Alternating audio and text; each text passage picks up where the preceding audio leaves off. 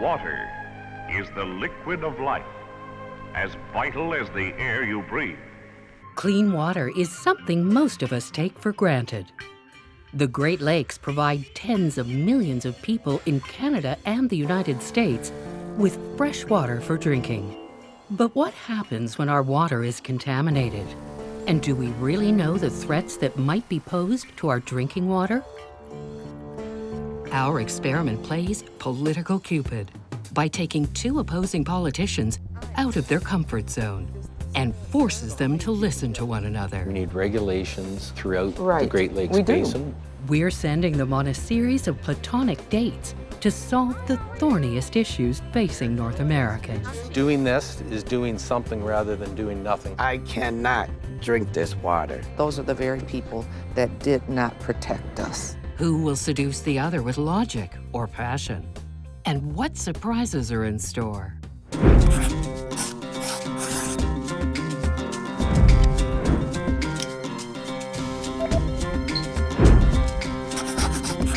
This is Political Blind Date.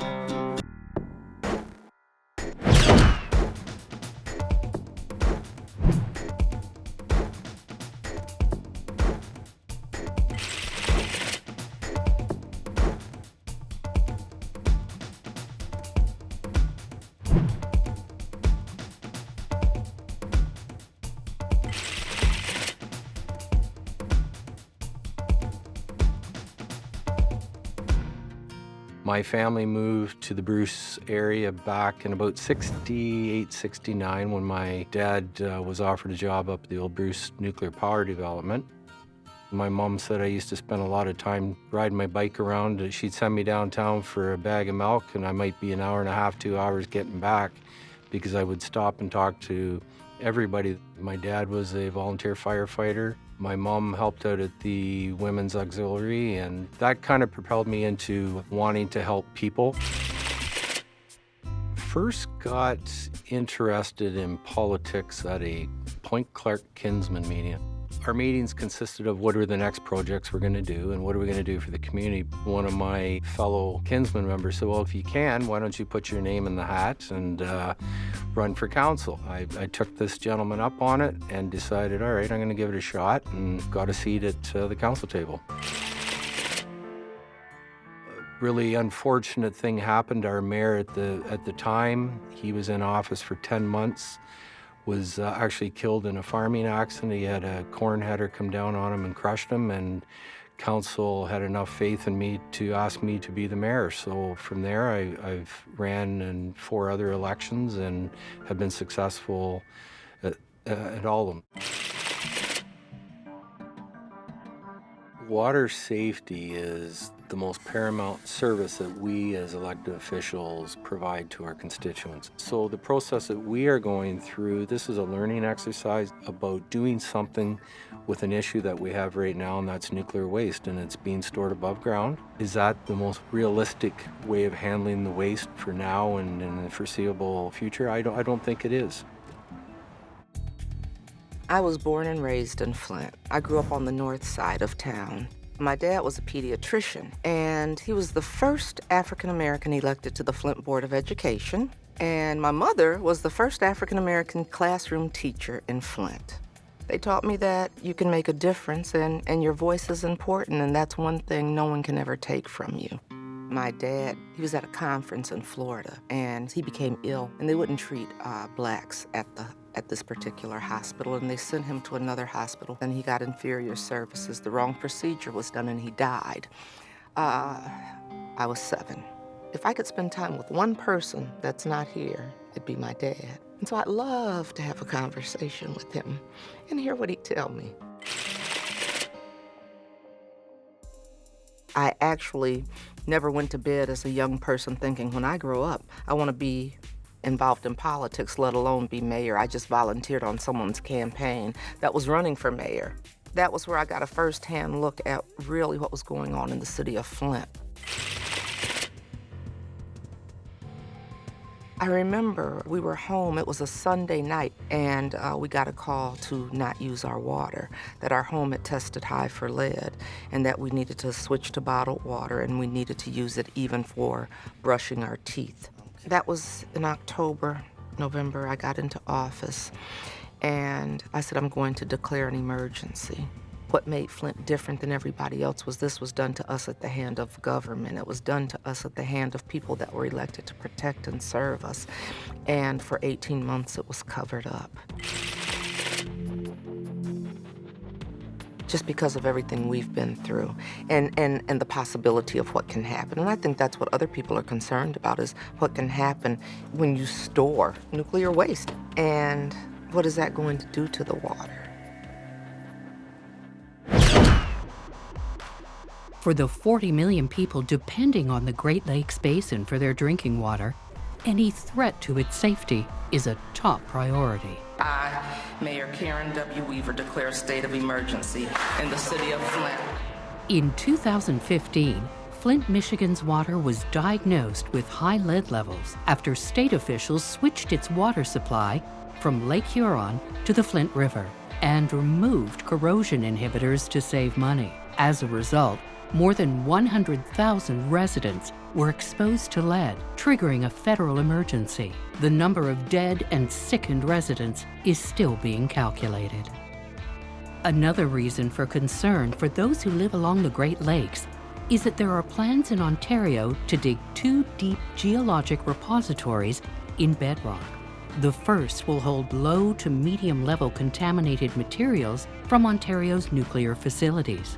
In the second repository, highly contaminated spent nuclear fuel from across Canada will be deposited. Although officials say that the bedrock near Lake Huron is impenetrable, what happens to the water in the Great Lakes if something goes wrong? Can politicians on both sides of the border listen to each other about their concerns for the future of Great Lakes water? Karen and Mitch are spending the day together, rare for cross-border politicians.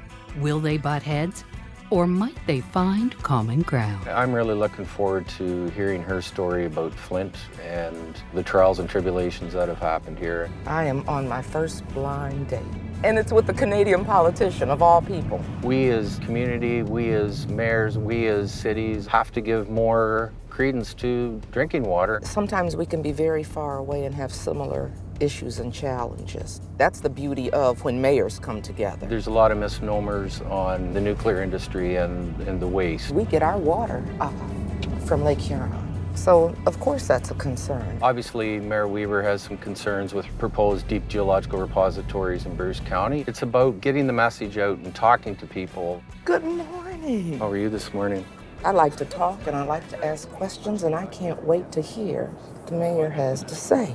So I hope you know today is my wife's birthday. So here I am With me, on a blind date. Yeah. So how'd you pull that off? Let's just say it's going to cost me. She's going to have a very nice gift. Yes, she is. Well, good. So yeah, I'm married. I have 3 kids, a 26, 22, and an 18-year-old. And Almost the same. Almost. You have 3 children? 3 kids. So do you have boys, girls? What do you have? 2 boys and a girl. Okay, I'm the opposite. I have 2 girls and a boy. Okay, so yes. This is actually my 3rd time to Flint. It Yes, it is. is. So what are the big issues right now? Like, You know, we're still working on the water. And it's sad that in 2019, you know, you ought to be able to take water quality for granted. Mm-hmm. You ought to be able to turn on your tap and your water is good. But we can't. And we have to do testing. And we're encouraging people to continue with the testing. we need regulations that are throughout Right. the Great Lakes we do. Basin. You know, that's our water source. We all have the same common goal. Mm-hmm. That our number 1 priority has always been the protection of the Great Lakes and Right. the St. Lawrence. You know, I think people are really looking to us to be a larger voice about water. And we are the advocacy group. Exactly. This has been nice, but I know you've been to Flint before, but I have some people that I want you to meet. I'm going to take you to a few places that you probably haven't been. Well, I'm How's that looking sound? forward to that. Let's get going. Let's get going. Let's All go. right. Karen wants Mitch to see the scale of the work that has had to happen to replace the lead-lined pipes across her city.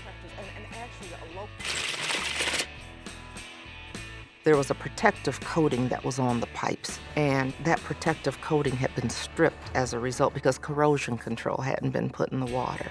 So we were drinking corrosive lead-poisoned water. So what kind of problems have you ran into? Oh, where do I start? Well, first of all, the one thing you have to do, obviously, is you get the buy-in from the residents. Because of the crisis and everything that's happened, obviously, everyone was nervous about what was going on. So you had to get them to understand exactly what you were doing in terms of replacing. So you go and you knock on doors and you explain to them exactly what's going on. And they're still a little skeptical because obviously they feel like, you know, their lives have been ruined and they're really nervous. They don't really know. Some people let you in, some people do not. You know, you're on the outside looking in, you would say, well, why wouldn't you want this done? And then obviously the homeowner's probably thinking, well, why would I want you in? Because who's to say that you're not gonna make it worse for me? So those are some of the questions and issues that we ran across. So this has been a 3.5, 4-year project, one that I am so grateful to have the opportunity to do. This is our community, this has been our home, and we take pride in it. And so we really wanted to get out here and not only do the work, but empower our people that's from our community to learn about this scope of work, because as you well know, worldwide, this situation is happening. Yes. And so you empower people and employing them, and they're able to take their skills elsewhere as well. I give the city of Flint and the contractors a lot of credit for where they are and how far they've come. In my mind, a pretty short time if you think about it. So when, Jeff, do you think the project's going to be completed? Or I would like to defer to the mayor. That's a good answer. You know, we want it to be done by the end of the year, actually, but we still have about 3,500 left to look at. When this started, the records at the city they weren't kept really. They were on index cards, and some of them had been ruined, and so we started off at a disadvantage. And so now we've got some great records. We've got some great records. But it made it difficult at first. It made it difficult at first, yeah. And so that's why we have talked about, I mean, just the need to, you know, make sure people are maintaining and investing in infrastructure. I think because it's underground, we forget about it. You know, it's like out of sight, out of mind. Yes. We don't want to tell people to drink up until we complete the lead service line replacement. We want to make sure we have every lead and galvanized pipe out of the ground in the city of Flint. And so until that's done, we are putting, you know, the health and well-being of the people first. That's our priority. And so that's why we continue to stay on bottled and filtered water. Yeah, how are you? Hi, how are you? Karen wants Mitch to see the human cost of what happens when people are poisoned by their water supply. When we think about the water crisis, the first thing people say is, when are the pipes going to be replaced? How much does it cost? How many bottles of water? But we don't consider trauma in this aspect. I have a daughter who says, Mom, is it okay to drink the water? No matter where we are, to be that age and have to be aware of that, that's a traumatic thing right there. Yes, it is. Something that we've taken for granted for so long. So we definitely have to put people over pipes, because we have to consider that people are affected more than anything. Right. My daughter had diabetes. She was diagnosed with Legionnaire disease. And with that, it contributed to her health. When I say that it contributed to her health, it made it worse. It made it worse, the water with Legionnaires and everything. I guess this last time, you wouldn't even thought anything was wrong with her, but this time she didn't come back. It really hurt it. It hurt it, but you know, she just suffered. She suffered. She suffered for a long time. But I thank God for her. But with this water, it's a mess. I cannot drink this water whatsoever. I don't care if they say The water has been tested, clean, it's drinkable. I can't do it because I personally seen what it did to my daughter. That really hit home. You're looking into someone's eyes that, you know, these folks have been impacted with the death of a child. You're not supposed to be burying your children. We had a crisis, and it was more than just a water crisis. We had a public health crisis. You have students who are 6 years old, and then they're going to school, and teachers are saying, "I've never seen first graders behave this way." Our special education rates have just They're resulted skyrocketed, this. and you know you're telling the teachers, you're right. You haven't seen kids at 6 Right. with these behavior concerns because you've never It's taught being kids who have manifested now. had lead in their water or their mothers And they were drinking, pregnant. and their mothers were pregnant. Their bottles were made Right. with it, you know, and then people, you know, they have low patience for them because people don't consider that it Right. is a public health crisis. So they just think, oh, little Johnny is bad. No, little Johnny is poison. We've had to educate parents around developmental milestones. And, you know, is your child, there are certain developmental milestones you should be reaching at certain stages. And if they're not there, that's cause for concern. We know our juvenile justice system is going to be impacted as a result of this. We know our foster care and adoption rates are going to go up as a result of this. All of those kinds of things that when we talk about the human cost, You can't put a price you tag can't on put a it. price or a tag time on frame. it. The psychological thing, it's going to be there forever, obviously, within the families. What suggestion would you make for, you know, moving forward? I think what sets us apart is our government did this to us. Exactly. It was And that's done why I by said you our can be a government. legislator and say, I'm not going to let this happen, because had one person or two people stood up, we might not be having this conversation now. So hear our stories and say, I'm going to be a tireless advocate to ensure that it may happen somewhere else, but it won't be government induced. Right. Not on my watch. We could be the next Flint for whatever reason. And so to hear the stories, it was very impactful. Today is really, you know, I don't know, that hits home. It's put a face to some people that have gone through this, and the resiliency that's there. It's Did you pretty- see it? I did, yeah. I Good, did. because you know what? It's not until people come here It's- that they actually see Wow. Flint. Don't let us go through a crisis and not learn from us, because that would be another tragedy. And let me just say, I'm glad people are paying attention. They're making demands about water quality standards. People are investing in infrastructure. They're recognizing the importance. Now it's Mitch's turn. I'm excited about the day. He wants to take Karen to the above-ground facility that houses all spent nuclear fuel and other contaminated materials from Bruce Power. So, of course, our number one priority is safety for the public and people, our staff, and the environment. And that's why everything is paved here. We collect all of the rainwater, the stormwater, precipitation, and all of that is monitored before it's released again to the environment. And there are also air monitors to monitor air quality, and they go well beyond the site too, beyond the security perimeter of the nuclear site and out into the general public areas. So this is the yard where we store intermediate level nuclear waste in in-ground containers. We are doing things on an interim basis until we find permanent disposal solutions, which for intermediate level waste around the world, the best practice is a deep geologic repository, a DGR. It's a way of using the geosphere to protect the biosphere. Okay. So then for our community, Mayor Weaver, this is what we're looking at, is possibly being a willing host for all of Canada's spent nuclear fuel.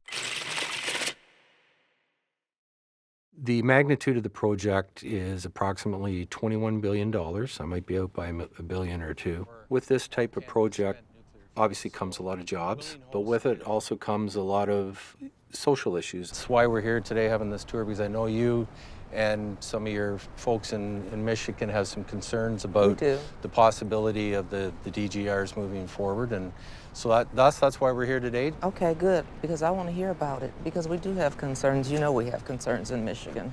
Yeah, so water is very important. Right, We because all, that's you what I know, wanna 40 hear million about. people get their drinking water from the Great Lakes. And that's where we get our drinking water.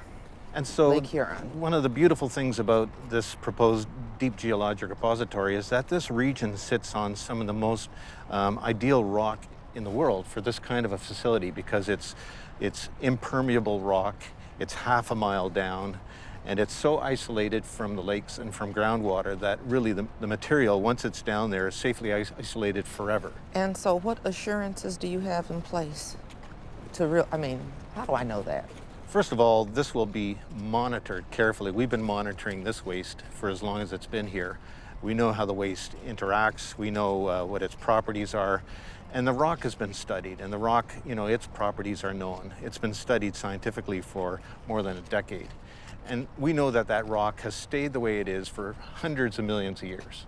And that is, in a way, the guarantee, is that rock is a permanent vault. The easiest thing to do for society and for politicians today is just to kick this whole nuclear waste issue down the road, and we feel that's not the right thing to do. So doing this is doing something rather than doing nothing. Have you talked to any of the regulatory agencies in Yes, Michigan? so when our DGR for low and intermediate level waste was undergoing public hearings, the Department of Environmental Quality, so named at that time, participated in the hearings, looked at all the evidence. When was this?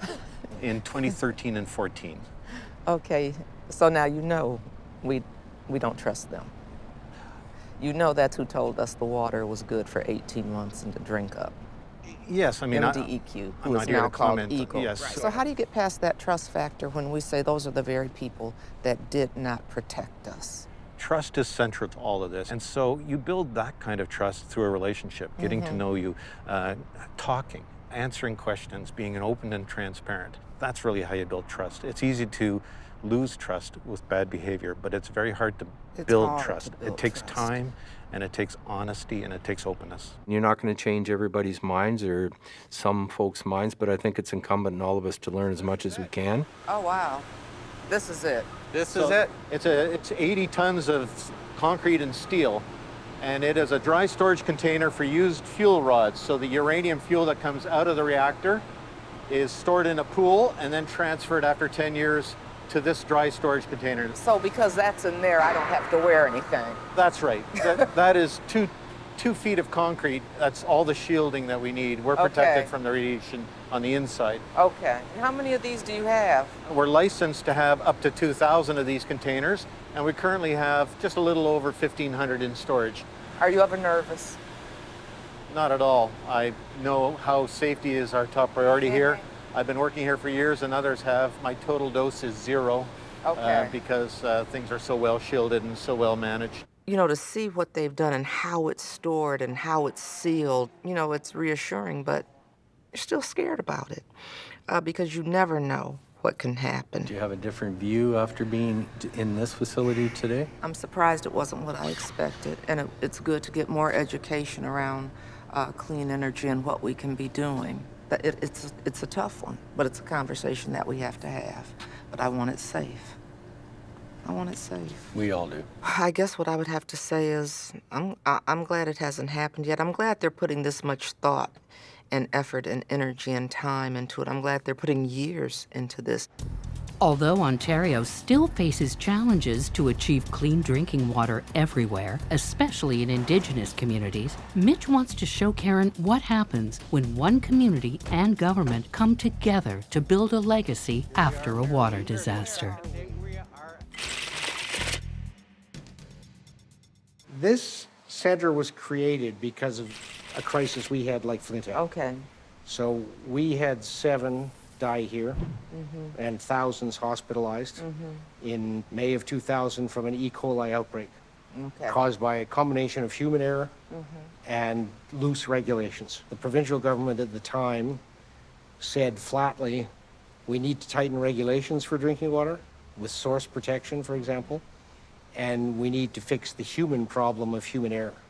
And the government put $10 million into this building in the center to ensure that the Walkerton legacy, which at the time was a bad legacy, would no longer be a bad legacy and would become a legacy for the province, and make sure that something like Walkerton 2000 never ever happens again anywhere. Right now, we can only prevent it in Ontario. Right. We'd love to go broader. Okay. So if you want, I'll want to take see you this. through and show you what we do. And if you have any questions, either one of you, ask away. Mayor Weaver always has lots of questions, so. It brought tears to my eyes when I walked in there because Flint needs to have this. And it showed me what we have talked about is how you take a tragedy, how you take a crisis and make something great happen as a result. And there it was, and I was standing there, and I was just like, wow, this is beautiful. It gives you hope. What this facility is mimicking, if I can use that term, virtually every legal drinking water plant system in the province of Ontario. These facilities are miniature replicas, active replicas, working models of major systems. And every plant's different because every source water everywhere is different. Right. We go out, check all of the source water of our clients, which are the cities, the towns, the municipalities, the First Nations, the Indian bands. We go out and find out exactly what their source water issues are. Do they have iron? Do they have manganese? Do they have lead? Do they have arsenic? And then we custom design for them specific water treatment solutions. We get visitors here from all over the world too. I bet you do. We have them coming in from Asia and Africa, and probably in the last year, we've had China, Malaysia, Senegal, and they all come and are quite stunned. Right. It's an issue worldwide. The legacy that those folks that have passed away will never be forgotten, and you see that in that building. It truly is an opportunity for Flint. Right. I think maybe Karen saw today over at the Walkerton Clean Water Center, the government did something about it. They did take some ownership, whereas I feel that for her, that's maybe not happening in Flint. Mayor. This has been something, really. This has been absolutely wonderful, and I really like the way we ended today. And I'm glad you took me to the nuclear plant. I learned a lot. He's human, and he has a heart, and he cares, and he wants to make the right decision. She's a very strong-willed person, and I know we'll be back in touch, and I just wish her all the best in her future because I know she has a bright future ahead of her. Thank you. Same here. Yeah. It's important to talk to people with opposing ideas, and while we're saying, we might be saying, no, don't do this, you have to talk to each other. You have to work together because I know he's going to be a voice, and he's going to ask the questions that we're asking in Flint, and I appreciate that.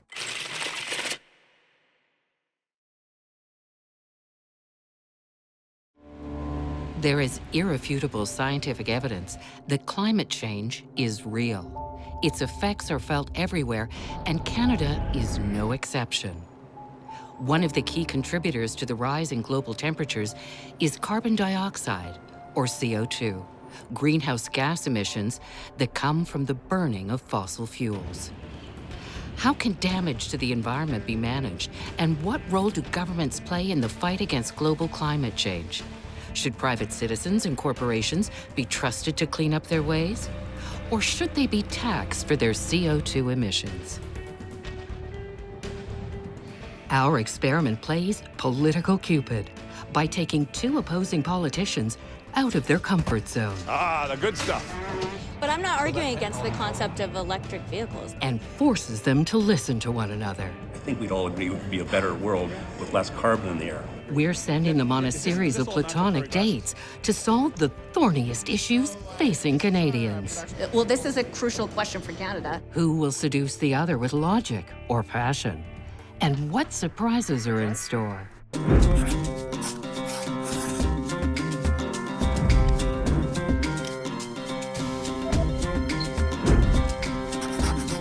This is Political Blind Date.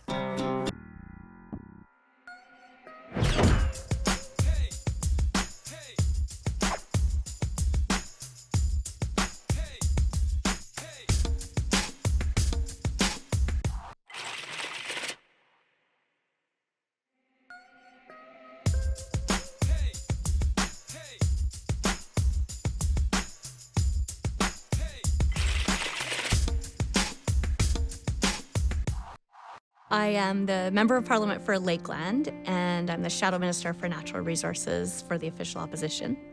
And I represent a big rural riding in northeast Alberta, where I grew up and where I continue to live with my husband on our farm just east of the town of Two Hills. Well, I guess I was always interested in politics and enjoyed social studies. At school, we always talked about current events and politics around the dinner table at home. My grandmother had been the first female mayor of Dartmouth, Nova Scotia. My mom was a public school trustee. My dad was involved with volunteering with a local member of parliament. So it was easy for me to see how a person could get involved in politics and make an impact. And I think sometimes people don't get involved because they just aren't asked or they don't know how. The Liberals' anti-energy agenda is obvious. Their carbon tax undermines Canada's competitiveness and makes everything more expensive for everyone. When will the Liberals finally champion Canadian energy, Canadian innovation, and Canadian jobs? I'm Arthur Potts, and I'm the Member of Provincial Parliament for Beaches East York. Quite an accidental thing. The election was called 3 years ago. They didn't have a candidate. They asked me to run, and my first reaction was, I don't want to be an MPP. And I was told categorically, don't worry, you will not win, but we want you to wave the flag for the party. It's only 6 weeks. I said, you know what? I could do that. Let's do it. It'd be good for my business.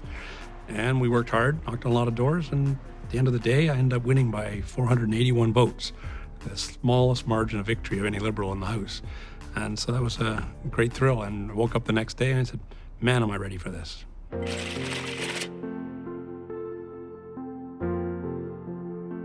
This new economy that we call the low-carbon economy is going to be 6-7 times bigger than the economy that brought smartphones into the world. It's huge, and we're going to need thousands and thousands of qualified people, great jobs, high-paying jobs in this new economy. Experts indicate that worsening air pollution is causing more and more catastrophic climate change. But how can we reduce greenhouse gases? Many agree that fossil fuel users should be accountable for the damage, and it's time to put a price on pollution. The federal government in Ottawa is implementing a carbon tax that will set a price on carbon in provinces that do not implement their own system for reduction.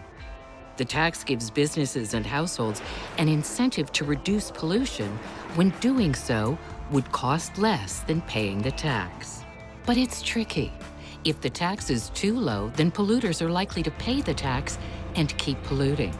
Too high, and you cripple businesses and families. That's why Ontario is implementing a system called cap and trade. The cap sets a maximum limit on provincial emissions and issues carbon permits to certain companies. The trade element allows companies that pollute more than their quota to purchase carbon permits from companies that produce less.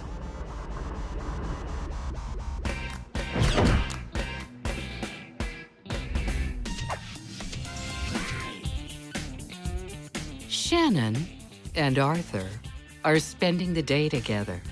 Rare for rival politicians. Will they butt heads, or might they find common ground?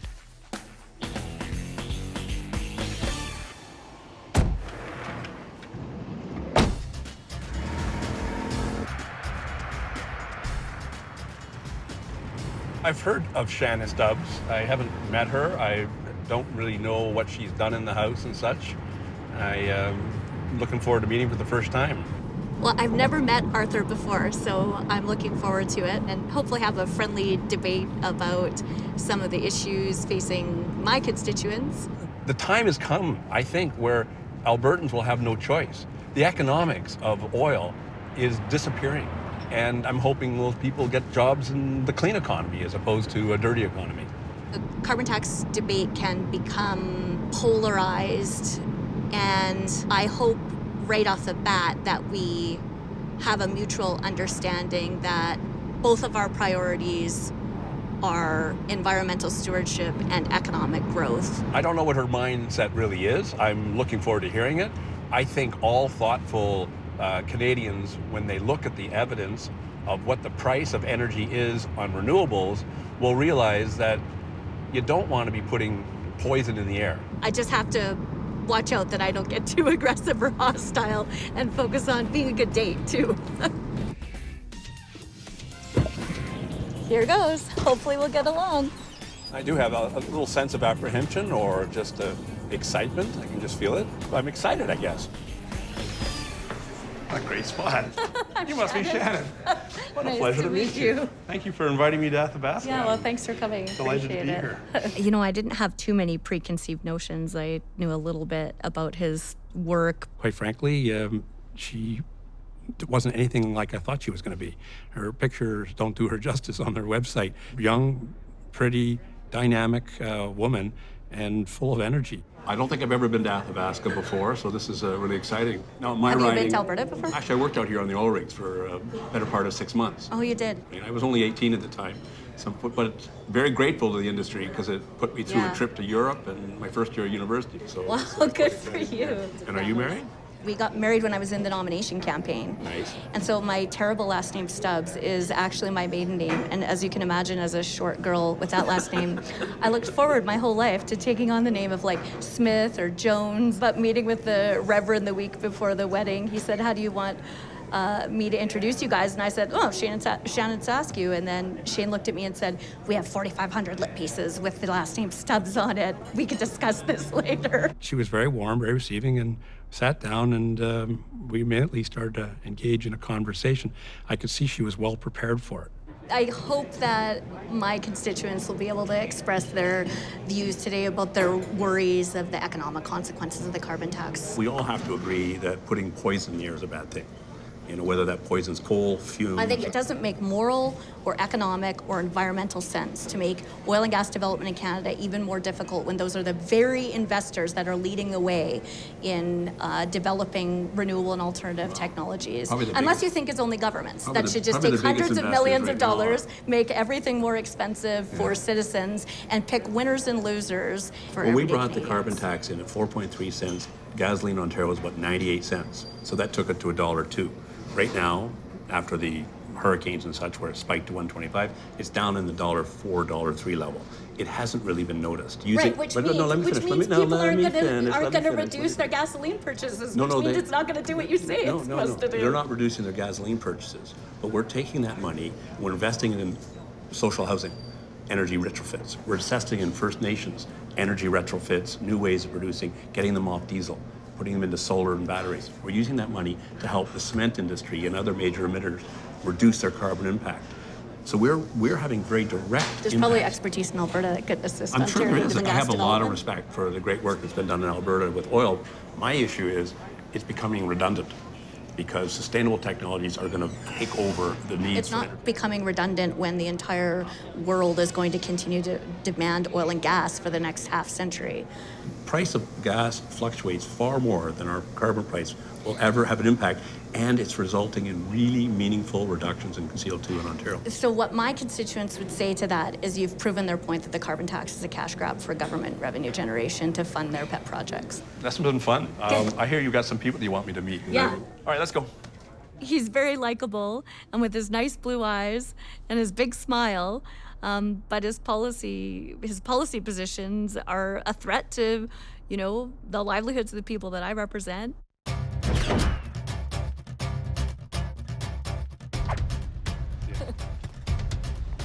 So, okay if I drive? Yeah, you should drive. I'll let you go over to the car.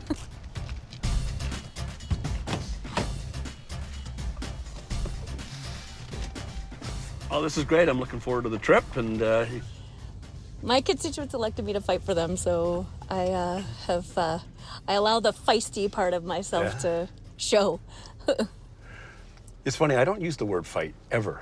Like, I think it's too aggressive. I always talk about I'm a strong advocate, and I advocate for this, that, because fighting, for me, it intones this violence, which I think we need to move away from, particularly in politics, as people get so cynical about politics and politicians. It's a very left-wing thing, I find, to do. They always talk about, we're fighting for justice, we're fighting for this.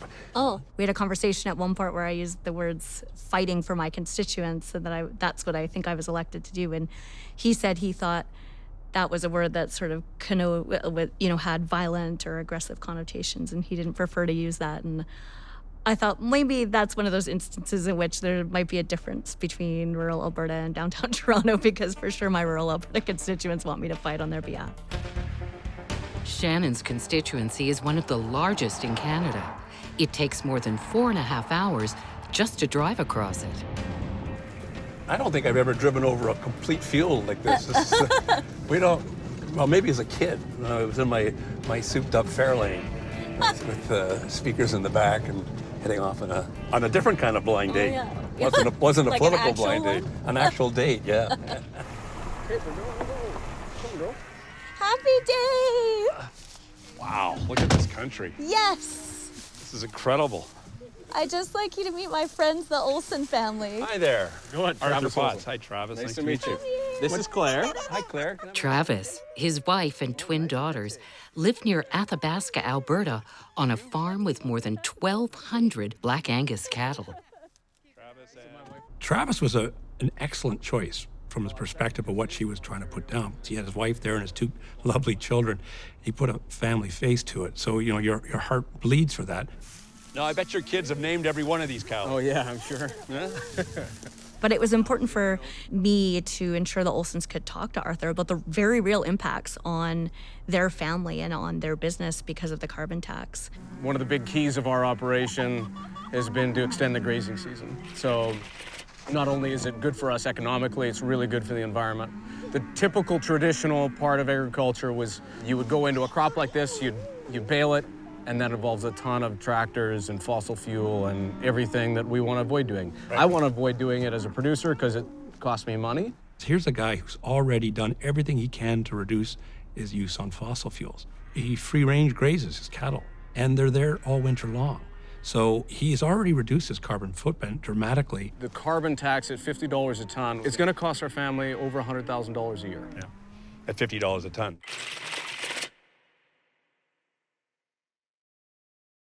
Probably surprised you don't know that in Ontario, we're premising our plan on $17 and not $50, and that's because cap and trade allows you to get more efficient carbon reductions with less money. So, and I guess my biggest worry that I've got with it is... But the reason you're doing the calculation at the $50 is because the federal Liberals are forcing a $50 a ton carbon tax. And that's what they also said to Ontario, because you have a cap and trade, you're doing it differently, you're going to meet your objectives without having to go to $50. You're free to do so. So every other province outside of Quebec and Ontario, if they go that route, will be paying it at $50, but we're doing it at $17. Right. But whether you're at $50 a ton or $17 a ton, my big concern is I'm not competing just within Alberta or just within Western Canada or just within Canada. We're competing on a North American marketplace. And when you tax me at a much higher rate for something like carbon, and my competitors across the US border that are producing the exact same product that we are, that don't pay a carbon tax. Yet. You're right, yeah, exactly. So if everybody paid a carbon tax, everybody in the world, then I would be game. And we have to be able to solve the world's problems, whether it's carbon or methane or non-renewable fossil fuel use. We have to do it together. But the problem is the losers are us. If I have a cement business or an oil business, I can pick up and move from Alberta to Texas if the taxes get too high. I can't move my ranch. No, I appreciate that. Nor do we want you to. Yeah, right. Good point. But so the point is, and I love the fact that you come to that, you're a businessman. If I could show you how to get all the energy you needed here at half the price you're paying for a liter of oil, wouldn't that be a good thing? Particularly that wasn't polluting the environment. So if you could get wind and solar with battery storage power here to run all your electrical stuff, and if you could take your surplus electricity and make hydrogen that you could fuel your tractor with, cheaper than buying fossil fuel, would you do it? If there's an economic argument, I'll look at any of those options. You have to forgive me if I'm a little But see, that technology is coming, and that's one of the roles I think government plays, is bringing that new technology and showing you how you can do better using less fossil fuel and using sustainable energies. So there's these claims that the technology is coming, but in the meanwhile, you're going to cost the Olsen family $150,000 a year. No, I appreciate that. There'll be disruption. One thing you said, you said talking about governments picking at winners and losers, they're making losers of families like this.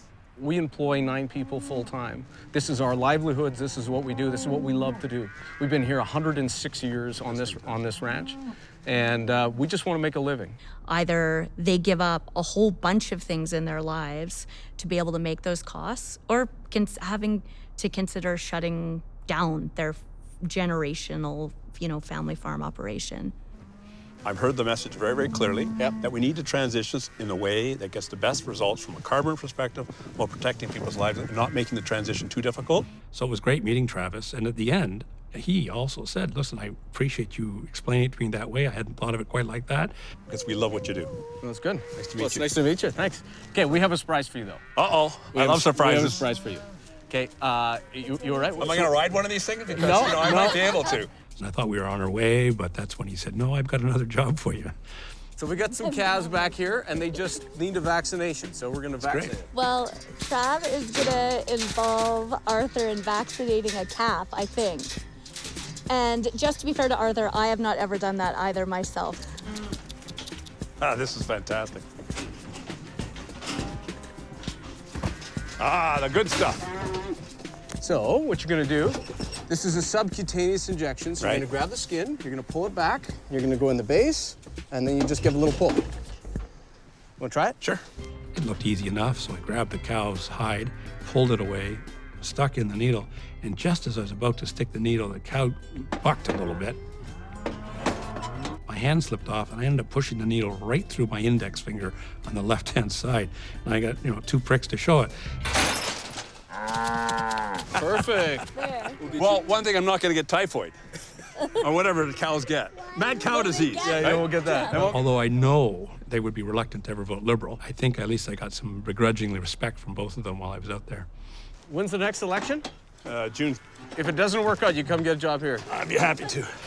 That's good. Good for you. Thank goodness it wasn't a worse outcome, so I thought he handled that like a champion, really. Well, this has been a ton of fun. Yeah. I've really enjoyed meeting you and coming out to Alberta. So I hope when we get back to Toronto, we'll be there next week. We'll see you next week, and I'll introduce you to some people doing some interesting work, and look forward to having those conversations. Yeah, well, that sounds good. I look forward to seeing you in Toronto. Give us a hug, warm up. You look freezing. Yeah. It is cold out here, but there's no snow. So this is great. So let's head back and do it.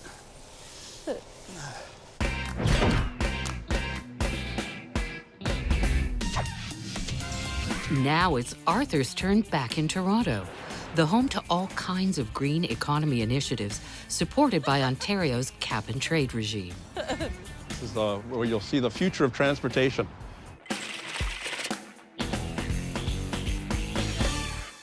And then, of course, we have the vehicles outside available for test drive.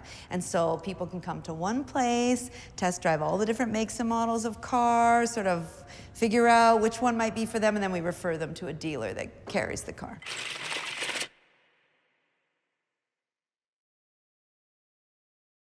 The cap-and-trade money is paying for the rebates. The rebate has been extremely effective. This quarter, Ontario sold more EVs than Quebec, which is a first. In Ontario, there's about 15,000 EVs on the road. That counts 100% electric and plug-in hybrid, but out of the population, it's about 1%. It's a small percentage right now. It's really growing, though. It's doubling annually. She said 1% of Ontario drivers have electric cars and hybrid vehicles. What will be the scale-up required in the provision of electricity to, say, transition like all Ontario drivers?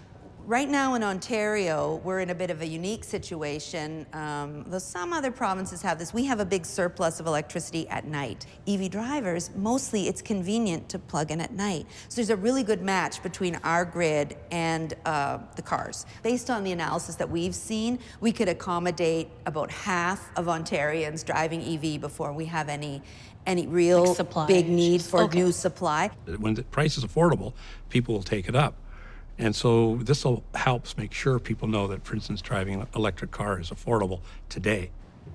Although she hates driving in the city, Shannon agrees to take an electric car for a spin. Yeah, it's super quiet. Speed bump. But you weren't speeding. I wasn't speeding. And it's zero emissions driving. Yeah. This is fantastic. I like it. It would just be a matter of, being in a form of a vehicle that would be usable and efficient for where I'm from, which is a very rural area. The market will ultimately determine the adaptability of that technology and about whether or not people will purchase those vehicles. What was it Clara was saying, that she saves $4,000 a year? And these cars will go at least 500,000 kilometers. So you could keep this car for 10 years, you're saving $4,000 a year, that's $40,000. It completely pays for itself in gas savings. Pull into the right. Turning right, that's natural for me, Arthur. I had you believing in the car every time you went left. You went left, you went left. Maybe that would... But now you're going right again. I've lost her. And I'm signaling because I got him. That is a smooth, quiet ride. Thanks very much. Thank you very much for visiting. All right, pleasure. Okay, you take care. Take care. You want to drive? You did so well. Go ahead, Arthur, you drive. I think it's just great and energizing and interesting to see all those advancements in technology and in innovation. But I'm not arguing against the concept of electric vehicles. Like, I think the possibility is exciting and fascinating.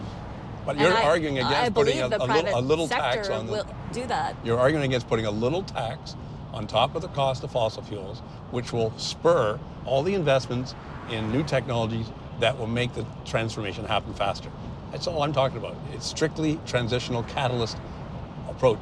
Except that we know the carbon from the tax timeline, isn't shutting down people's businesses. But we know from the timeline of the place that you just took me to that they existed before the introduction of the carbon tax and before the introduction of the cap and trade system. The same thing with hydrogen cars. So my point is they were already moving forward on that innovation, on that technology. Not as fast as they are now. What if we took, well, right, because they're getting money, like. Yeah, right. Exactly. That's exactly it. Because we're incenting people using a small tax on carbon to do the right thing and get out of carbon. Sometimes there were a couple of heated exchanges, I guess, because for me, the policy positions that he's advancing, the end result is a risk to the livelihoods of the people that I represent. Arthur introduces Shannon to a company that is developing a new kind of fuel that might be a clean replacement for fossil fuels.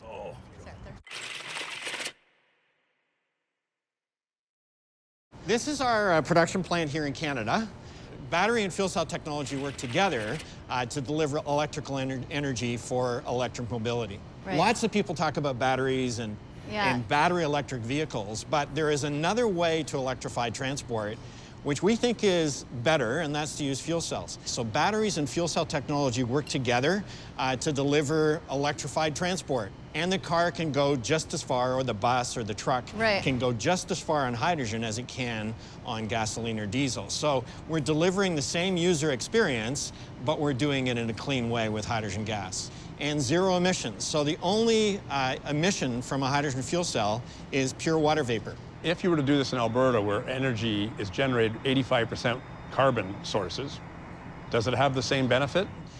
Very unique situation in Alberta where you have a true energy market where the price is the price. And that actually also creates an opportunity for us to do energy storage and power to gas and deliver value, because when something's in surplus in Alberta, the price goes very low. When it's in high demand, the price goes very high. And in that real market situation, we can still deliver value. So again, hydrogen is not a science project and it's not new. We've been doing this for almost 25 years now. And as a mature technology, we're ready to deliver value. All these forms of energy generation and production are important, and the government shouldn't be trying to stop one or end one. It should be providing incentives so innovators and researchers and technology developers can do their work. I'm not saying wholesale change.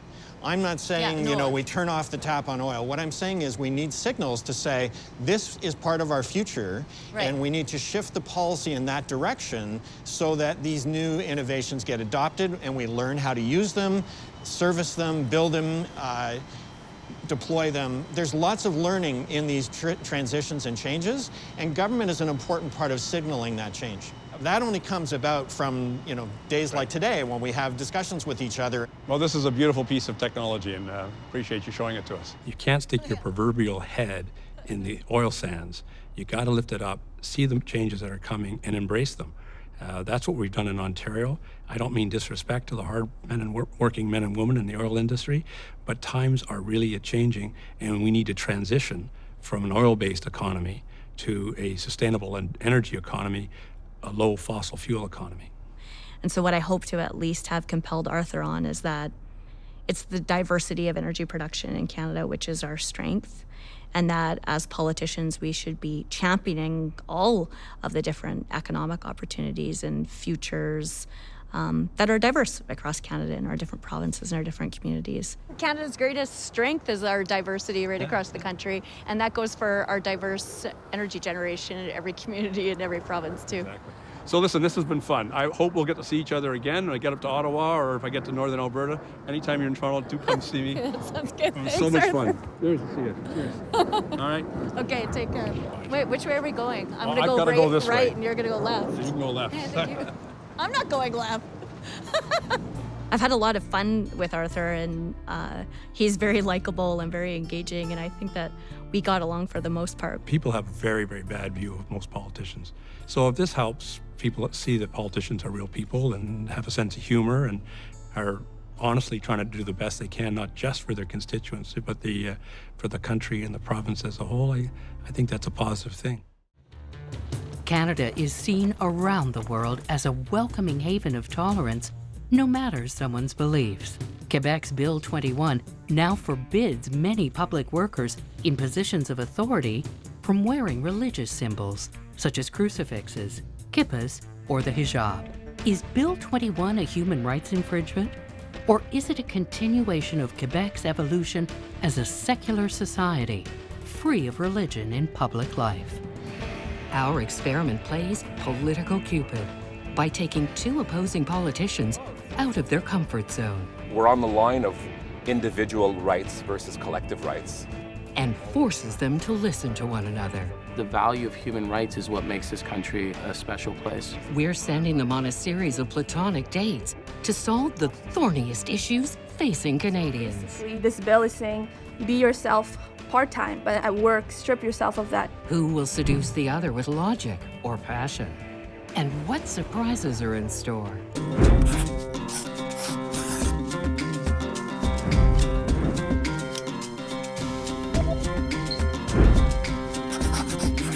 This is Political Blind Date.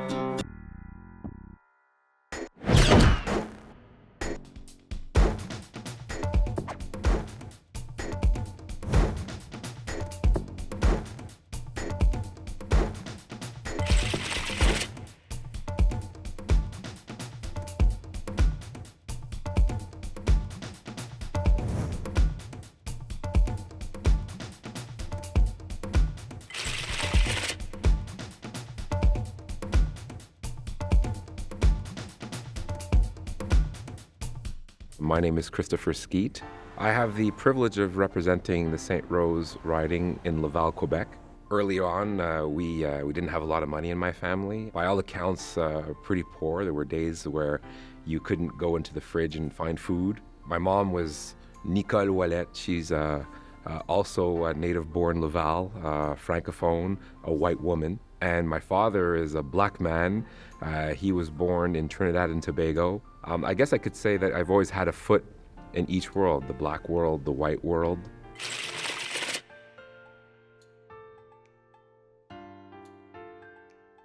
Joined the party basically at its foundation, changing the discussion in terms of referendums and not, and just moving on and taking a look at the real issues that we had in the province, like quality education, like focusing on the economy, fixing healthcare.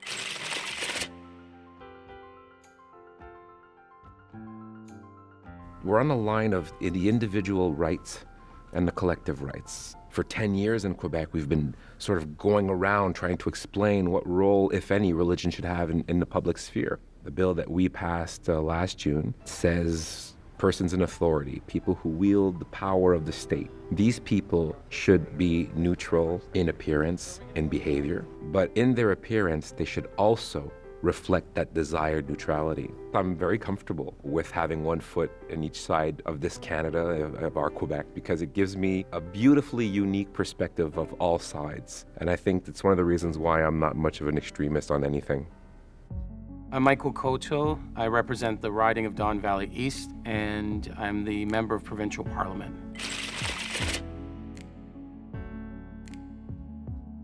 I was born in Uddersfield, Yorkshire, England. My father left Grenada at a young age, went to England, met my mother. They started a family and we came here in the 70s.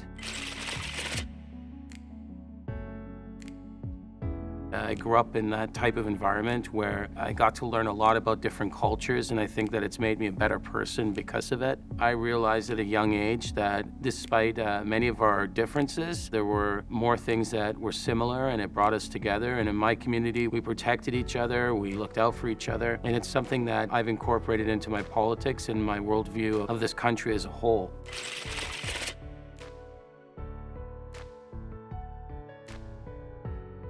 I decided that I was a Liberal, went to the Liberal Party headquarters, presented myself as a potential volunteer, and the rest is history.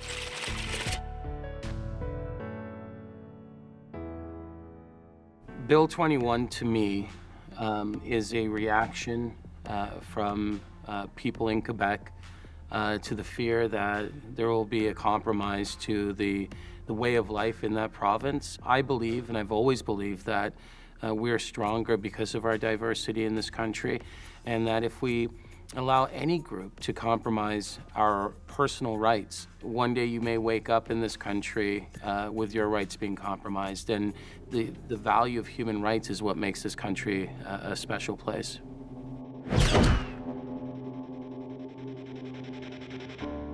Quebec's Bill 21 is one of the most controversial pieces of legislation anywhere in Canada. The bill, passed in June of 2019, forbids public workers from wearing religious symbols in positions where they wield the state's authority, such as teachers and police officers. It also mandates having one's face uncovered to give or receive specific public services. Although the Quebec government declares that it is simply confirming the secular nature of the state, many see it as overwhelmingly targeting immigrants, especially Muslim women.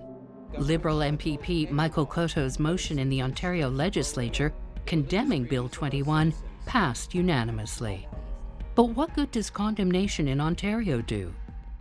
Quebec has invoked the notwithstanding clause in the Constitution that shields the legislation from challenges that it infringes individual rights. Opponents are left with making legal challenges that Quebec has violated other sections of the Charter of Rights and Freedoms and other laws. Can politicians on both sides of the issue listen to each other about the controversial law?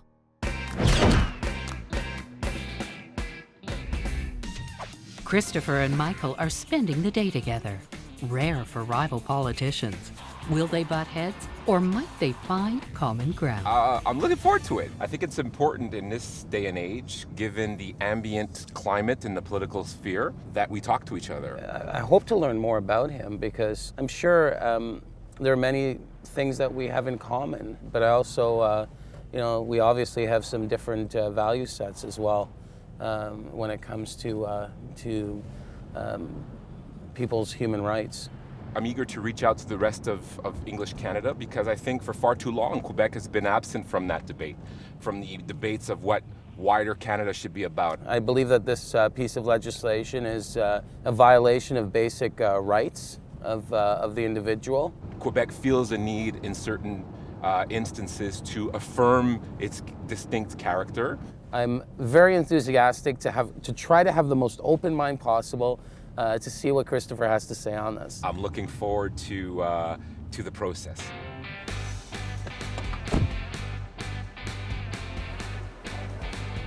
Hey, how are you? Welcome Nice to St. see Rose, you. man. Yeah. Welcome. So this is your neighborhood? This is my neighborhood. My riding office is just down the street. Is your family like, I thought it was some Bayesian background too, but is it Trinidadian? No, it's Trinidadian on my dad's side, and my mom is French-Canadian. Pure laine, as they say. That's interesting. Pure one, yeah. Because my father's from Grenada, but raised in Trinidad, and my mother's British, right? Yeah. So it's there's some similarities there. What's striking is the similarity on paper of he and I, and the stark contrasts of opinions that we have. But prior to Bill 21, there was a clear distinction between religion and government, and prior to June of this year, there was that distinction to separate state from religion. Bill 21 takes it to a completely different level where it actually imposes I would say, restrictions on the individual to choose what they want to wear, like as an individual, right? I don't agree with that. And what we say in our bill is not that you cannot, is that during your hours of work, if you have a job that has coercive power, we're asking you to remove any religious symbols or any religious preference indicated while you're at work. Right. Before work, after work, at home, of course, on the street, this is not an issue, obviously. That's about freedom, personal freedom. And this is my perspective. You've taken cultural biases and cultural norms that can actually discriminate and actually use that to prevent discrimination. So it's almost like discrimination fighting discrimination. Well, I disagree that it's discrimination. Right. But where I'll agree with you is that human beings are infinitely fallible. Okay? And because we're fallible, we should do our very best to eliminate as many variables as possible. I think there's going to be so much missed opportunity in this province because young people who aspire to be something like the best educator or the best, government worker, police officer, you're going to miss so much like great potential. It's a lost opportunity. You're focused very much on the individual. Right. Which of course is very important. I recognize that we're on the line of the individual versus collective rights. Right. If you change your focus, if you change your perspective and look at it from the point of view of the person receiving the service, of the wider collectivity, you will realize that I have a right to be served by someone who has no preference. Right. The more you tell me I cannot take off my religious symbol as a judge, the more you're telling me that your religious law supersedes our man law.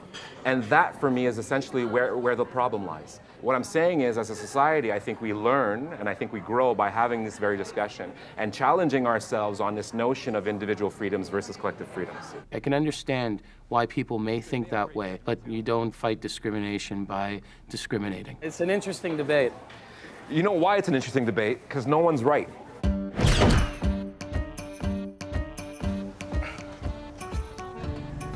The hard part for me to get over is like telling the individual what they can wear. That's like, it's a hard thing to overcome. It was important for us, after 10 years of debate, to put this issue to rest. A line had to be drawn. We chose to draw it, ending it at schools. A lot of people, I get as much grief from people who want us to get rid of the bill as I do from people who want us to go much, much further. Yeah, what would further look like? It would look like the whole civil service is banned from having religious symbols. Christopher wants Michael to talk to someone who can put Bill 21 into perspective regarding Quebec's journey into becoming a secular society. Obviously, we're here about Bill 21, and I'd love to hear your point of view. The French culture in Quebec is something that is really at risk. And newcomers who wish to practice their own religions, this is something that makes them closer to the English community than to the French community, where we don't practice multiculturalism here. It's at the most biculturalism, English and French. Yeah. Does that mean that, like, is it something that you embrace, or is it something that you think shouldn't happen? I don't think multiculturalism is a good thing for Quebec. Right. Some of the people who are listening might hear multiculturalism is not a good thing and say, well, no, these are a bunch of bigots. There's a difference between multiculturalism and diversity. Right. We are very open as a society, very diverse as a society. Right, that's it. Well, That's what has to be 400 understood. years ago, if that was the common belief, everyone would be speaking Ojibwe or Cree in Quebec, yeah? Well, no, not actually.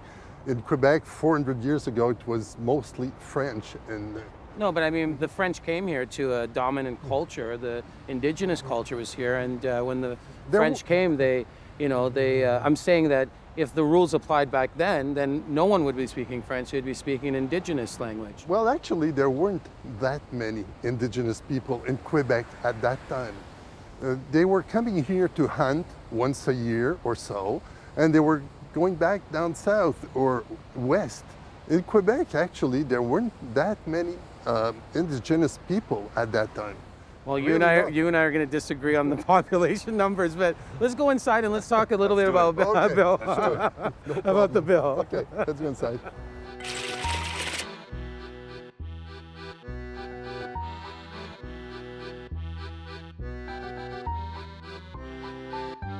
something. Do you think there should be a return to Catholic culture? No, I'm really sure Quebecers don't want to come back to any religion. No religion at all. Right. Quebecers consider religion as a private matter.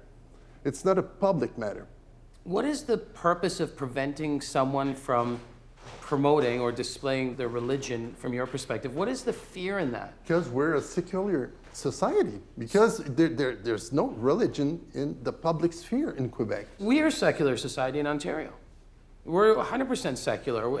Every province in Ontario, and in Canada, across the country. About that. When you say God bless Ontario, we don't say God bless Ontario. Well, you do a prayer at your legislature. That for me is not. Exactly. Yeah, but we do multiple prayers in the morning. Well, this is not a secular prayer. So this is a multiculturalist society. That's a multicultural. Yeah, no. There is a clear separation between government authority and decision making and anything like that, and the church. We believe in Quebec that you win when you fully integrate into our society. We believe that when you master French and you understand our mores, you're better able to succeed and to fully benefit from the Quebec experience. That's the difference between multiculturalism and interculturalism, which is what Quebec identifies with. Like, this issue obviously brings out a lot of passion from people. Has anyone ever gotten extremely angry at you who represents someone who may disagree with The hardest time I've had where passions were inflamed was the media coming in with their points of view, but citizens themselves, not really. Nothing inflamed in terms of passions, nothing like you would think you would get if you tried doing this, I guess, in another part of the country. Back at the cafe, two of Christopher's constituents who support Bill 21 want to explain their positions to Michael as immigrants to Quebec. Why do you support Bill 21? I'm sorry for my bad English, because I'm going to mix between French and English to make myself clear. Okay. Because it's a sensitive case and it's a sensitive subject, so that I don't want to be misunderstood.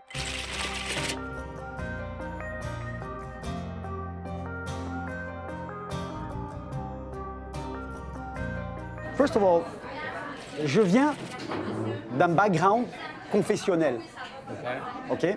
La plupart des pays orientaux ont un background confessionnel. Qu'est-ce que ça arrive? Ça apporte que l'État arrête de travailler. Pourquoi? Parce que chaque groupe veut tirer la serviette plus de son côté. Right. Et on parle de confession là. And George, what I liked about his point of view was that he comes from a country devastated by sectarian divide based on religion. On parle de catholiques, on parle de chiites, on parle de sunnites, on parle de druzes. Et à l'intérieur de l'État, ces gens-là sont représentés. Est-ce que vous pouvez regarder les nouvelles en ce moment? Vous allez pouvoir voir au Liban. But the thing is, there is nothing in the Constitution that said that. Right. On est arrivé à ce point-là. Pourquoi? Parce que nous avons un laisser-faire par rapport à l'État. L'État a laissé faire les choses. Ce que je voudrais dire, c'est qu'il faut penser aussi, pas pour demain, mais il faut penser dans les 20 ans, à 30 ans, à 40 ans à venir avec cette loi-là. Right. So it's preferable to put the states above everything and the people on the same level. We are all equal. I've never heard of an example of a judge or a crown prosecutor or a police officer or a teacher, I've never heard of this, maybe you can correct me, that have actually used their position of authority to try to make a decision based on their religious beliefs. I think I'd like to hear what Elisa has to say. Thank you. Moi, personnellement, j'ai vécu un événement justement à la cour où le juge était... je suis pas raciste, mais avait des faveurs par rapport à la religion. Il l'a carrément dit. Je suis retournée aussi à la cour. La juge avait un voile et carrément, ça paraissait qu'elle avait aussi des points de vue par rapport à la religion. They were very nice people to come out and speak about the issue. When I think about this issue in Quebec and in Canada and Ontario, I think there's fear from people that others' religious values will be pressed upon them through institutions like government to prevent people from exercising full citizenship to participate and to contribute back into society. I'm thrilled. that you came, and your openness is remarkable and appreciated. And I think your approach was fair to connect me with people who share, I guess, different levels of support for the bill. And again, even though I disagree with it, it's interesting to see it from their perspectives. Thank you. All right. Okay. Take care. Take care.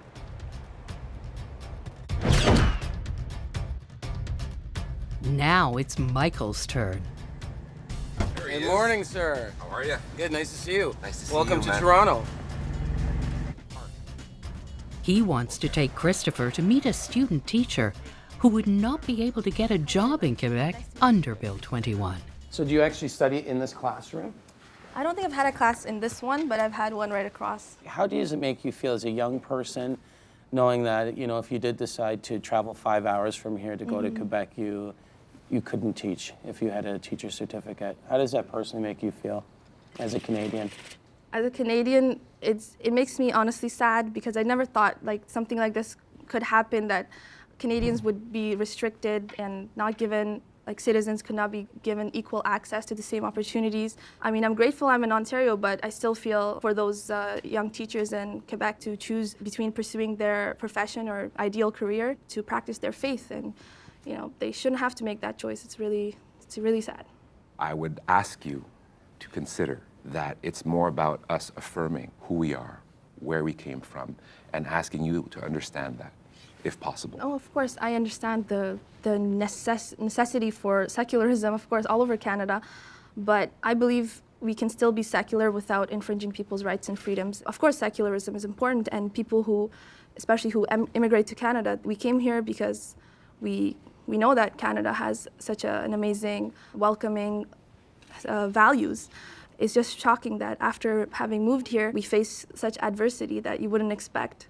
And because it affects such an important part of people's lives, is their profession, is their career, is their livelihood. You would be allowed to be a teacher in Quebec. You would not be able to wear a religious symbol while at work. My question to you is, at what point is it you that are excluding yourself from the profession of teaching, as opposed to Quebec saying you can't teach? When you represent the power of the state, during your work hours, you should represent the state only. Yeah, I understand What are that. your thoughts on that?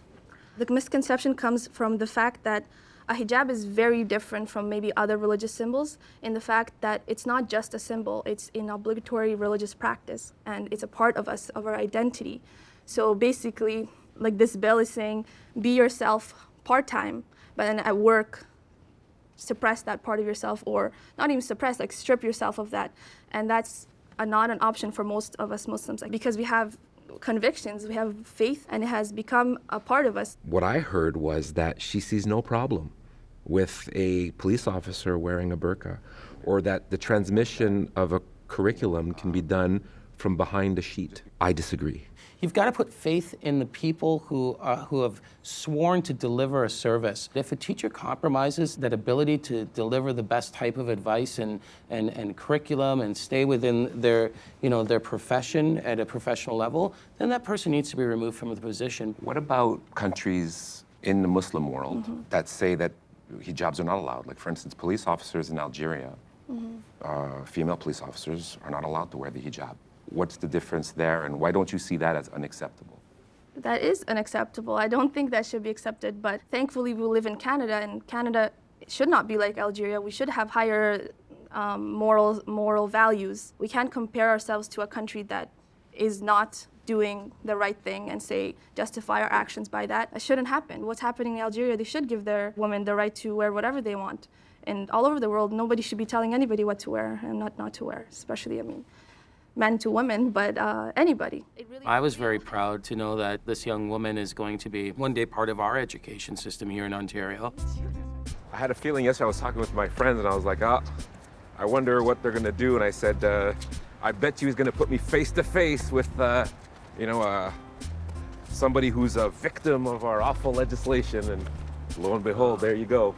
Well, I know that it's often, when you build legislation, obviously you have people in mind, but like you said, you're thinking of the collective, and when you get down to the individual, it's personalized, right? In Ontario, we're in the business of getting the best and brightest to get into the professions they want. And, you know, I think Bill 21 just prevents from that happening.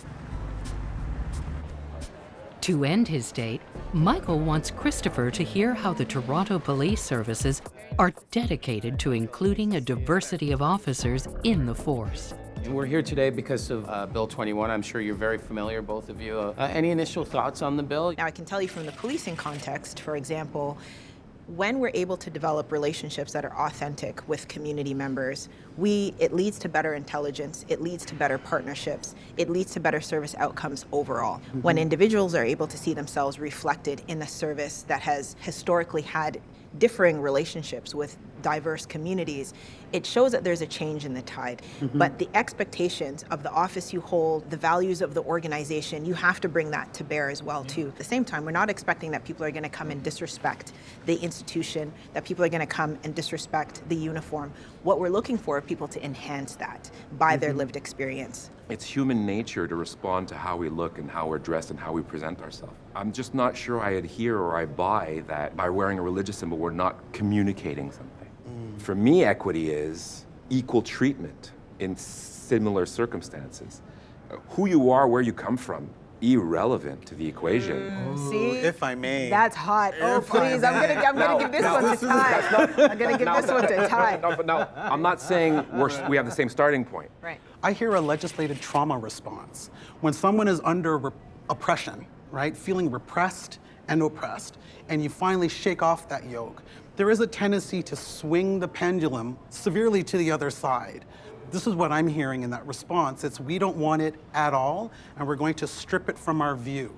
What I would love to see over time is that pendulum coming somewhere in the middle that's healthy and equitable for all, so that everyone can participate in the public sphere. But equity at its base is the equal opportunity of outcomes. The equal opportunity of outcomes, which is not possible right now, but is the equal opportunity of outcomes is the goal. Right. That's equity to me. The fact that Christopher is so clear and confident when he speaks on this issue, he looks like the type of person that would pull over and help someone on the side of the road, but at the same time have no problem taking away that right from a person. You know, that's the difficult part to comprehend. You know, there's a cost to standing still. If we maintain the trajectory we're on today, and we're not utilizing our best talent, when you meet a young woman who wears a hijab and she's going to be the best teacher, who can't become a teacher in Quebec. Well, she can. She has to personally cross the line. I don't see it as a rights issue because she has the right to be a teacher. One of the things you said many times is that Quebec feels like a minority in North America. Imagine the people that Bill 21 affects feel like a minority in Quebec. So Quebec, of all places, should be looking at minorities in a different light because they feel like the minority in North America. We said the same thing to Indigenous people when we said, sure, you can vote. You have to give up your Indian status. History has shown that Canada has done that. That's interesting. So for me, if I can just add one word of caution, I mean, I have several. But if I can, you can write a long email I could, absolutely. But be careful that as you liberate, you're not oppressing others. And for me, when I hear and think of Bill 21, I see the desire for liberation, which is so, again, ingrained in my DNA. If my people didn't believe in liberation, we'd still be in chains. But at the same time, just be careful that as you're liberating some, or the many, that you're still not oppressing others. Who's right, where the line should be, should there be a line? That's great, but I do feel like we were talking about real issues there. I think we need, as a society, to have these debates. You know, when you see someone like Christopher, who's black himself, be part of a system that is discriminating against a minority group, it's a hard thing to see, and I hope we can just continue these types of conversations. For decades, Canada has depended on migrant workers to harvest its crops, stepping into jobs no longer desired by Canadians. Although criticisms of migrant labor programs have been made in the past, the COVID-19 crisis and the deaths of guest workers has focused attention on systemic problems. What needs to be done to protect the well-being of migrant workers? And is there political will to finally do something about it? Our experiment plays Political Cupid by taking two opposing politicians out of their comfort zone. Something's got to change to make lives better for these migrant workers. and forces them to listen to one another. The reality is that Canadians don't want to do the work. We're sending them on a series of platonic dates to solve the thorniest issues facing Canadians. There are workers that still do not have enough food. Who will seduce the other with logic or passion? And what surprises are in store?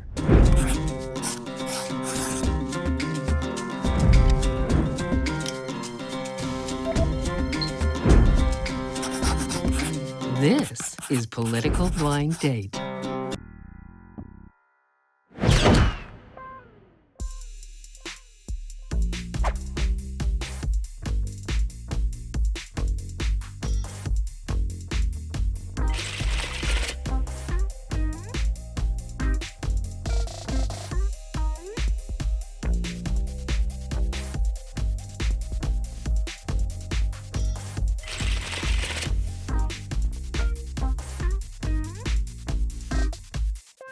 I'm Dave Epp, and I'm the Member of Parliament. I have the honor and the privilege of serving Chatham-Kent-Leamington, just north of the 42nd parallel. I was born in Leamington, and I grew up into a family farm setting.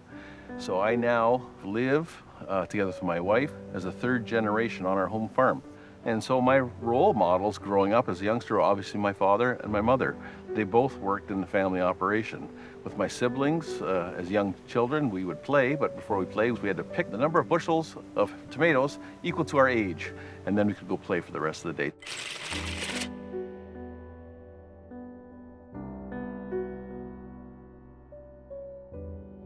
So I came back home and decided to farm. What my parents instilled in us is a work ethic, but also a sense of giving back, a sense of service.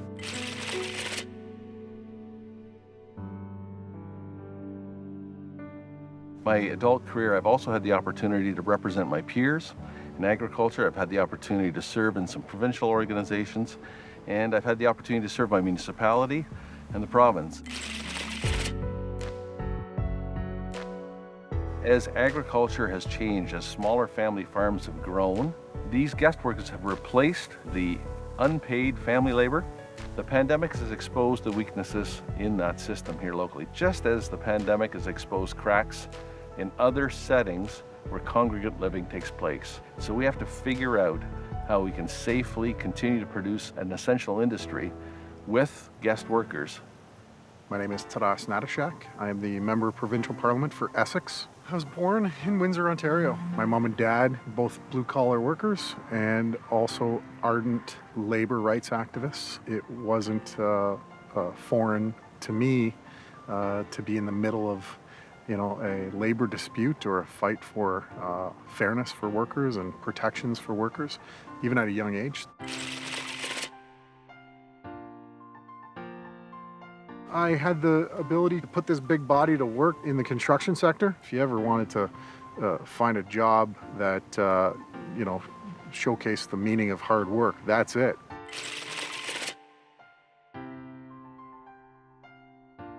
An opportunity to bring sort of the legislative knowledge that I kind of had and the labor knowledge and the knowledge of the construction sector together to bring new workers into the industry and to make sure that they had all the skills and the training so that they were safe and they knew their rights. The working conditions around migrant workers in Ontario hasn't been a secret, but it hasn't been an issue that people have been willing to talk about in the open. But now we have to cut through all that and we have to realize that changes have to be made. We can do better, we have to do better. It's incumbent upon us as elected officials to have those discussions and to put forward solutions. And I'm guilty of not talking about them before. And that's one of the reasons I've agreed to do this and to meet with Dave and to talk with people who are in the, on the ground and find out where we can move forward to protect everyone. Canadian industries, especially agriculture, depend on the federal temporary foreign worker program that allows employers to hire foreign nationals. Between 2006 and 2014, more than 500,000 workers were brought into Canada. Many of these were agricultural workers headed for farms in southwestern Ontario, where North America's largest greenhouse operations are found. During the first 6 months of the COVID-19 crisis, more than 700 foreign workers were diagnosed with COVID-19 in the Windsor-Essex area of Ontario. 2 of them died in hospital. Critics point out that the outbreaks on farms expose the structural weaknesses in the system, where workers have few rights and limited access to services. Some migrant workers say they are being economically exploited, claiming wage theft, illegal recruitment fees, and exploitative visa conditions. The agriculture industry admits there may be some bad apples who exploit workers, and they want to weed them out. But how to do it? The responsibility for the temporary foreign worker program falls to the federal government, but health and safety inspections fall to the province. Housing rests with the local municipalities. Can the different levels of government work together to solve a serious threat to the health and well-being of the workers that feed us all?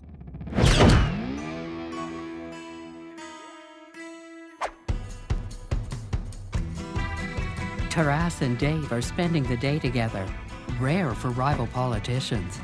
Will they butt heads, or might they find common ground? I never have been on a blind date in my life in the past, and so this is a new experience for me. This is not only a blind date, which is nerve-wracking in any time, but it was a blind date during a pandemic. I don't know if that'll bring us closer together or put us further apart. You know, from what you read in the press, that he can be a bit fiery, but, you know, I'm looking forward to meeting him. I don't know what Dave feels about unionization and the rights for workers to form a union or be a part of a union, but I think that that would be one key element that could give workers the protections that they need at work. This is not just a federal issue, not just a provincial issue, and not just a municipal issue. Maybe this is the start of it. Maybe this is the catalyst to all levels of government realizing that food production remains a vital component of our country, and at the same time, we can protect the workers that we rely so heavily on to produce that food.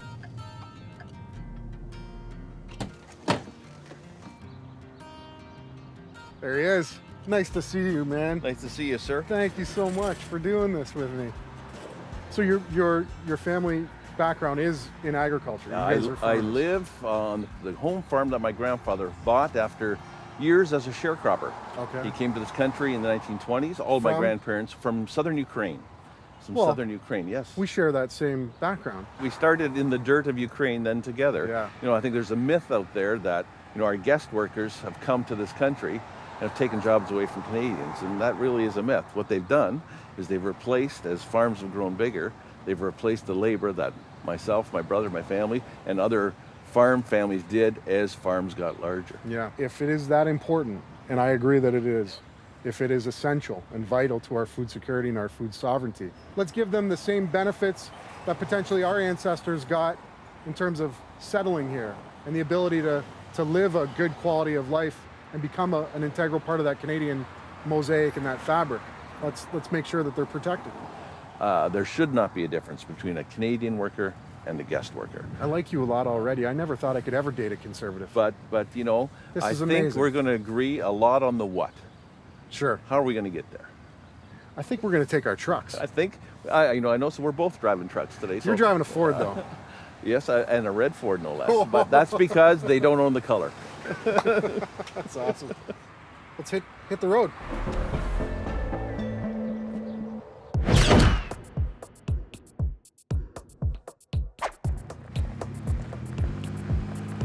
Hey Dave, I'm going to ask you a real straightforward question. What is it that compels the agriculture sectors to rely so heavily on the roughly 60,000 migrant workers that come to Canada every year? What's the reason?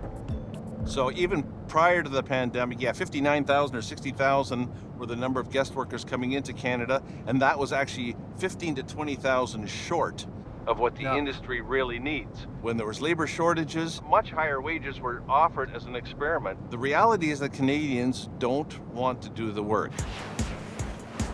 Taras wants Dave to meet someone that is trying to take care of the basic needs of temporary foreign workers.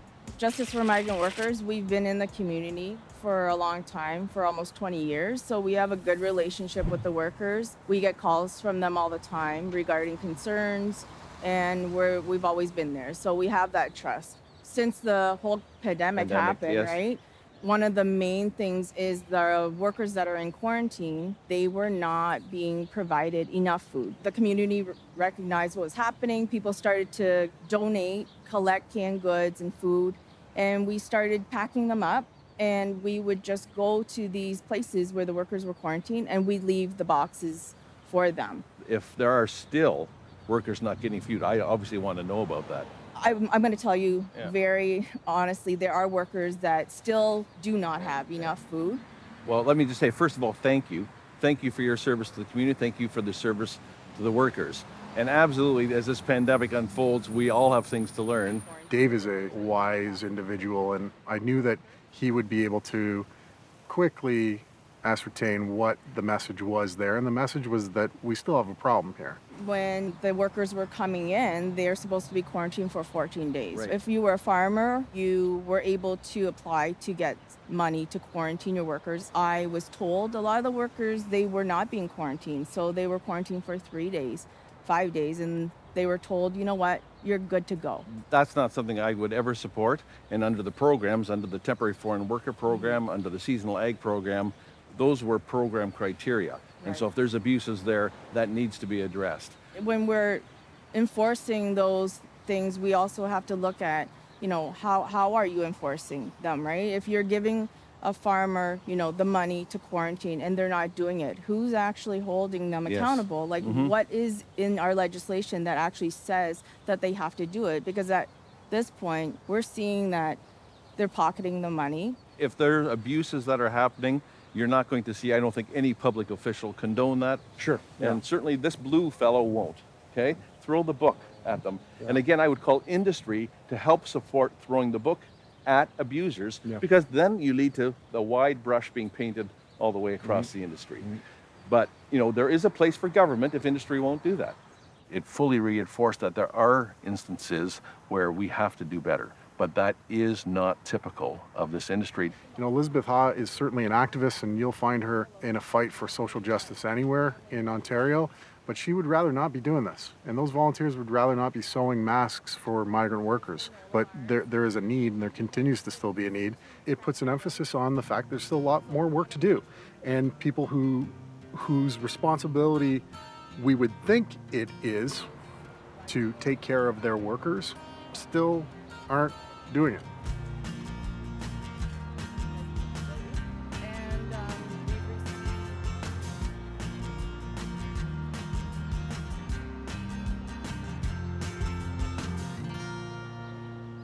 Thanks, Elizabeth. Thank you so much. To end his day, Taras wants Dave to meet a migrant worker and a local union leader working to help protect both legal and undocumented migrant workers. We're here to learn and here to listen. Dave and I are both concerned and also committed to trying to make life better for the migrant workers in our community and in Canada. I'm interested in hearing your story. Tuve que llegar a Canadá porque mi país ya no me permitió crecimiento laboral.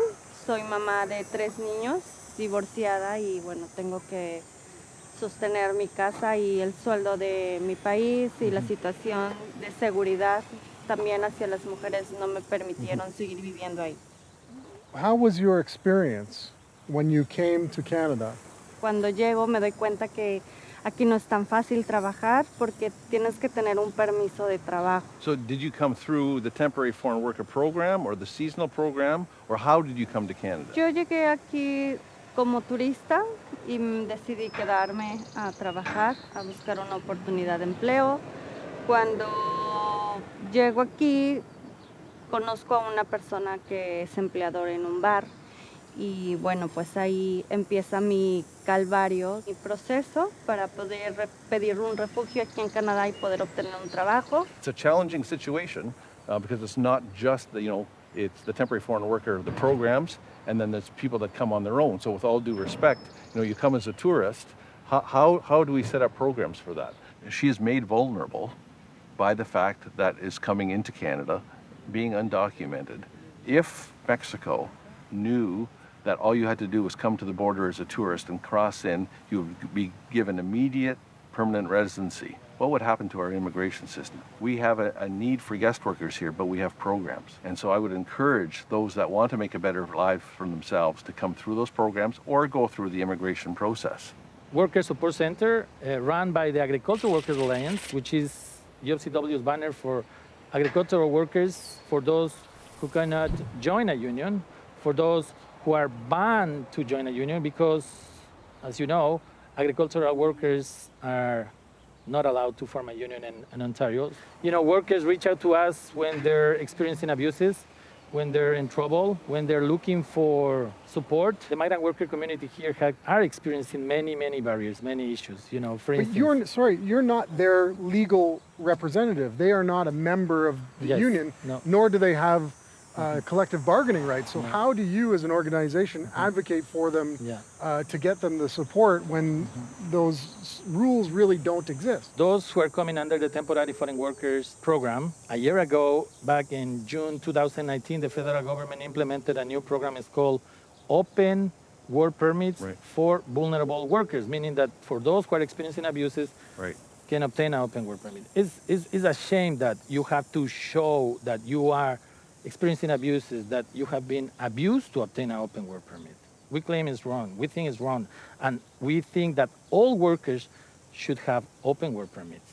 That's part of the solution. So if we're talking about a meaningful solution, I think it's important, labor mobility, open work permits, flexible path to permanent residence, and also these workers have the right to join a union. It's not simple. I agree, it's not a simple issue, but I think it's important, first of all, coming together all the stakeholders and have these conversations. So I'm very glad you guys are here. Much appreciated, have this opportunity, because that conversation had to happen 30 years ago. This pandemic has shown us where we have to work together to solve some of the problems so abuse doesn't happen. They're farmers, they're growers. They want government out of their business until they want government in their business. Governments have made effort to explicitly exclude migrant workers from some of the basic rights that other workers in Ontario find themselves. So that's government intervention when it works for industry. But when it works for workers, then they don't want any government intervention. They want, self-regulation. That isn't fair. Now it's Dave's turn. He wants to introduce Taras to a Leamington businessman who believes he has one of the solutions to the housing challenges faced by temporary foreign workers and their employers. Taras, this is Jim Leovis, the owner of this complex and member of this business community in the town for how many years, Jim? How long have you been here? No, we've been doing this for quite a while. A lot of my friends are farmers, and actually relatives too are farmers too. So I've been around the farming industry all our lives. For when I was a kid, we used to go to our friends' houses and relatives' houses that were farmers. And back then, you would only have maybe 2 or 3 different Spanish workers that would come from Mexico. Now, as you drive down Highway 77, you see hundreds and hundreds of workers there, and you have a farm that has 200-300 workers. It's kind of hard to get that that family environment back again.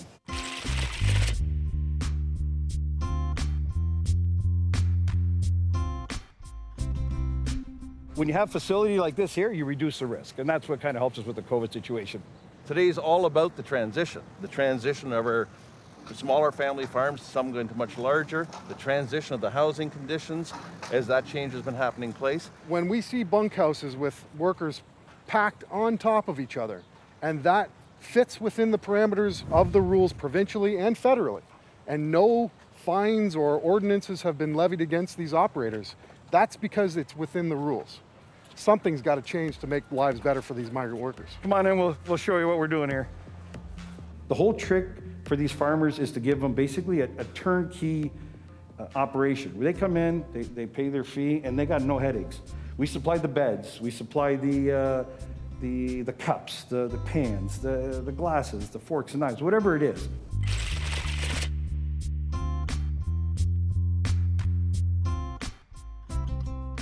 We come down this hallway, there's 3 bedrooms.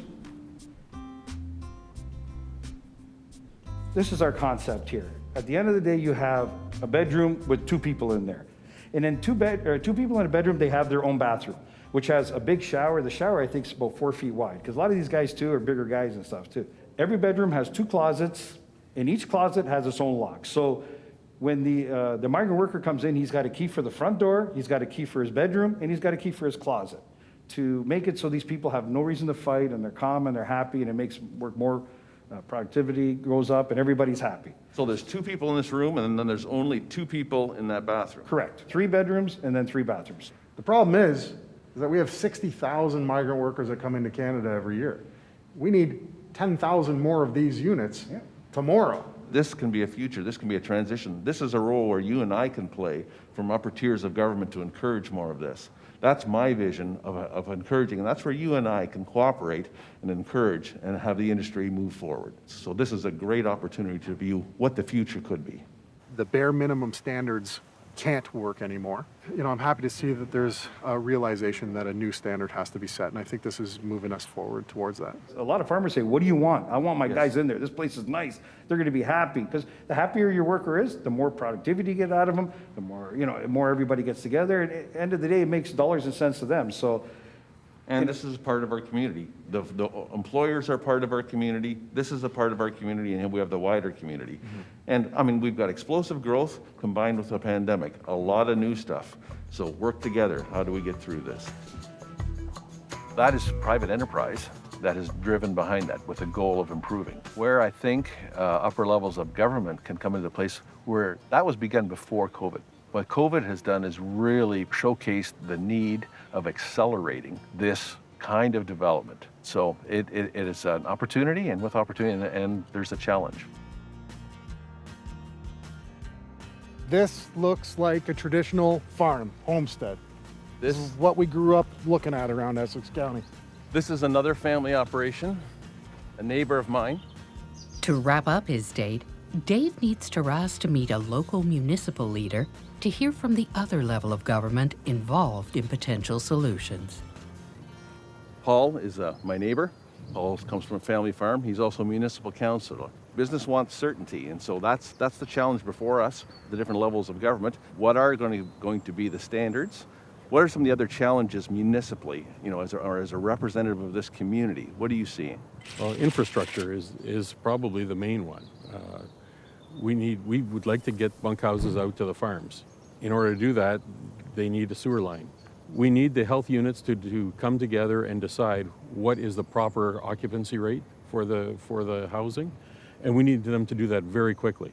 We need to get control of the undocumented workers. We need to get control of the contractors. They need to be vetted, they need to be accredited, and go through a process to make it right.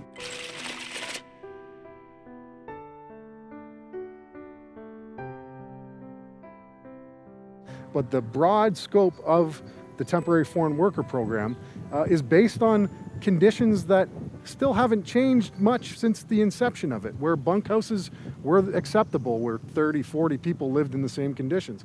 We haven't really seen any of the regulatory levers being used to issue any changes or ordinances, right? And of course, we know in the context of COVID, what we see is that the most vulnerable among us makes us all vulnerable. So it is our job as elected officials at 3 levels to identify, to put our best resources forward and make sure that there's fairness across the board for all. That's what makes this so complicated. 3 levels of government. I know within my own federal level, there's at least 3 ministries that I relate to. When I challenge, the present situation, you've got the same thing at the provincial level, and where the rubber hits the road on our policies is here in the community. Paul, I don't doubt that you would give any of your workers a day off if they needed it, if they were sick or otherwise, and they requested. If they're sick, I don't want them coming to work. Yeah, absolutely. But we also know that if it isn't a measure of law, and if it isn't entrenched in law, and you see law every day at the municipal level, it doesn't exist. And they don't have to do it. And there's a whole lot of those gaps along the way in the temporary foreign worker program that are being exploited. What we've suffered here locally in this community is that wide brush. When we make the national 3 nights in a row because of being held back, because of this, it's isolated instances of abuse that are applied and a broad spectrum across our guest worker community, be it the temporary or the seasonal or the undocumented side. So we don't want unintended consequences for all of us to be trying to do the right thing.